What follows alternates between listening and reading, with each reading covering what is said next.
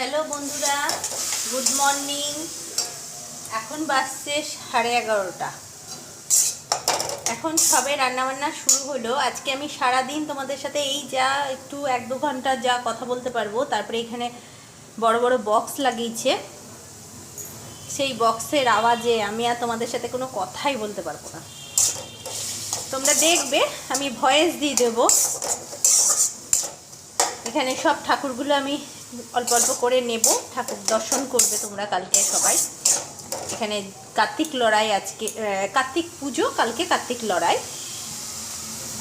আজকে রান্না হচ্ছে লাল শাক, করলা ভাজা, ডাল, বাঁধাকপির তরকারি। আজকে নিরামিষ।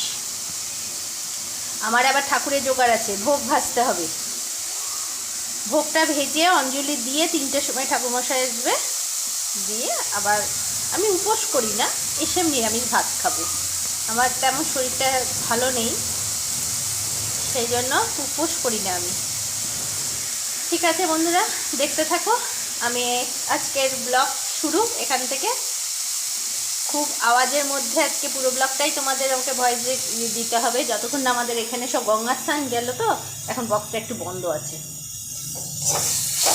পুজো একটু শেয়ার করব, তোমরা দেখো।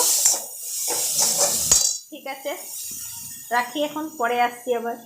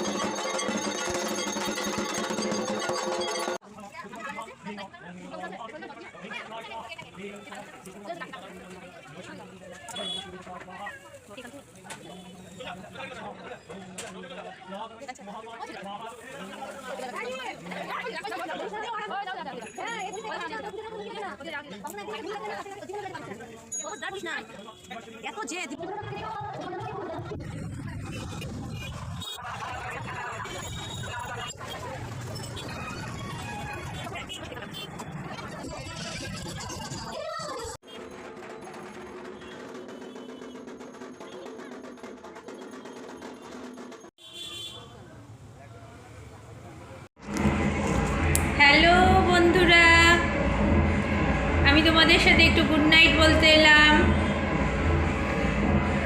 আমি ঠাকুর দেখতে গেছিলাম, কার্তিক লড়াইয়ের ঠাকুর, তাই দেখে এলাম এতক্ষণে। এখন বাজছে 10টা। রুটি ভাত সব করে আমি ঠাকুর দেখতে গেছিলাম। তাই বললাম তোমাদের তো গুড নাইট বলা হয়নি, ব্লগটাও শেষ করা হয়নি। প্রচুর ঠাকুরের ফটো দেওয়া থাকলেও আজকের ব্লগে এমন কিছু নেই, সবই ঠাকুরের। কালকেও লড়াইয়ের ফটো আমি দেব। ঠিক আছে, তাহলে আজকের মতন ব্লগ আমি এখানে শেষ করলাম। সুইট ড্রিম, ভালো থেকো।